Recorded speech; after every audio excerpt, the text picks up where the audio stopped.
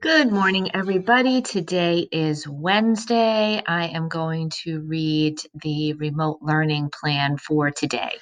For ELA, which you should be spending about 1 hour on, you're going to begin your day practicing foundations. Watch this video and practice echoing all of the sounds. And here's your link right there. Your mini lesson today is on sequencing. Click on this link right here for a sequencing video. For independent reading, you're going to go onto Epic and you're going to read for 30 minutes. And here are all of your class codes here. Then you're going to listen to this read aloud. After the read aloud, you're going to do some writing. You're going to draw and label the life cycle of a frog. Here is a graphic organizer for you to look at. What are 3 facts you learned from this book? And here are some sentence frames. I learned blank. Here is a word bank for you to use. Eggs, tadpole, gills, lungs, pond, tails, tongues, webbed, hibernate. And here's 1, 2, 3 for the 3 facts that you learned. On to math, which you should also be spending about 1 hour on. Go on to Clever and go into extra math and practice for 15 minutes. Your word problem of the day. Yesterday, I saw 9 red flowers, 6 purple flowers, and 3 yellow flowers. How many flowers did I see in all? Today, I only see 13. How many blew away? Here's your math mini lesson. Today, we will be learning about 3-dimensional shapes. Watch this video. Then listen to this song about what a 3D shape is. Here's your activity. Complete your Wednesday activity here by clicking on this link. If you need any additional support, click on this green link right here for some extra practice. In science, we are going to be learning about the life cycle of a butterfly. Your activity is to be a scientist. Watch the video below and write or draw your observations or what you notice about the life cycle of a butterfly. Examples. Caterpillars have many legs. The caterpillar is yellow. The caterpillar eats leaves. And here's the link to your video right there.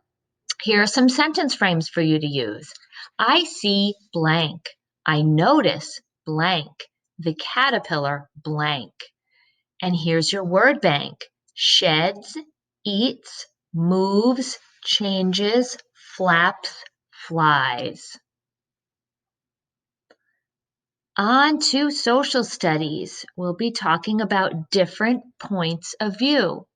Today, we are going to talk about how knowing how you want to vote for something or somebody might depend on your point of view or the point of view of others.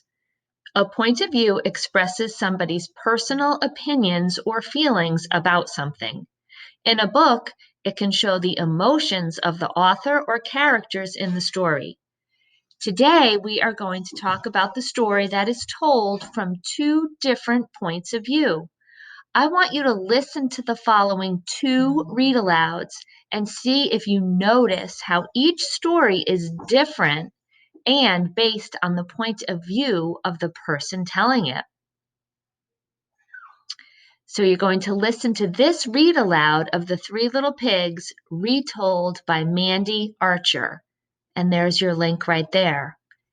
Now you're going to listen to this read aloud of The True Story of the 3 Little Pigs, written by John Cieszka.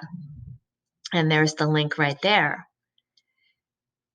So after you listen to both stories, did you notice that the stories were very different? Each story was told by a different character who had very different points of view. Now try this. If your teacher asked you to choose one of the 2 books for her to read in class, which book would you vote for and why? And here's some sentence frames to help you out. I would vote for The 3 Little Pigs because I liked blank. Or you could say, I would vote for The True Story of the 3 Little Pigs because I liked blank. Share your answer with a family member, and don't forget to share it with your teacher.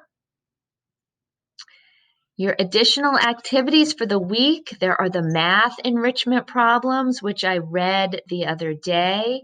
And there's also some links here for you to go on for some additional math practice. Your art projects of the week, you had 3 different art projects that I went over from Miss Coyle. So if you do any of those, don't forget to share them with her.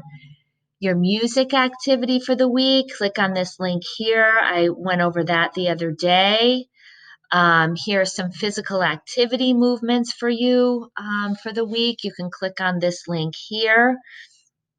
There's also your beginning, middle, and end activity from Mr. G. I read that the other day. Today I'm going to read the health activities for the week. A goal, it's all about goals. A goal is something you want to achieve. You need to make a plan and work hard to complete your goal. You will feel proud of yourself when you reach your goal. And here's some visuals here to help you out. Your goals, things I can do to reach my goals.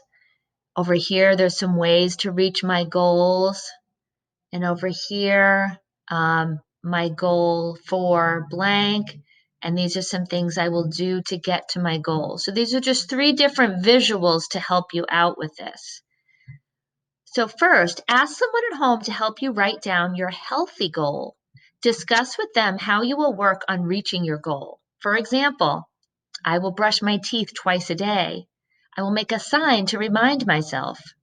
Or I will exercise for 30 minutes every day. I could play in the yard or go for a walk with an older sibling or an adult. You could try it this way. Imagine how proud you will feel when you reach your goal. Draw yourself achieving your healthy goal. Hang it up on the refrigerator as a reminder of what you're working towards. So that's the health activity. Click on here for some additional ESL activities for the week. And there's also mindfulness activities. Here is an online activity. What does anger or sadness feel like? Click on this link for a lesson on sadness and anger and what those feel like in your body. Or for an offline activity about anger and sadness, sometimes when we are sad or angry, we might feel it in our bodies. And our tummy, our hands, our face, and our heart might beat fast. Think about a time that you felt sad or angry. Look at the body outline below and draw your body outline. Color in the places where you feel sadness or anger. Have someone take a picture of your drawing to post it or send it to your teacher. And on the bottom here, we have a link. It's a video of Dr. Allen talking about our Goddard core values. So lots of work to keep you occupied today. Don't forget to share it all with your teachers and have a wonderful day.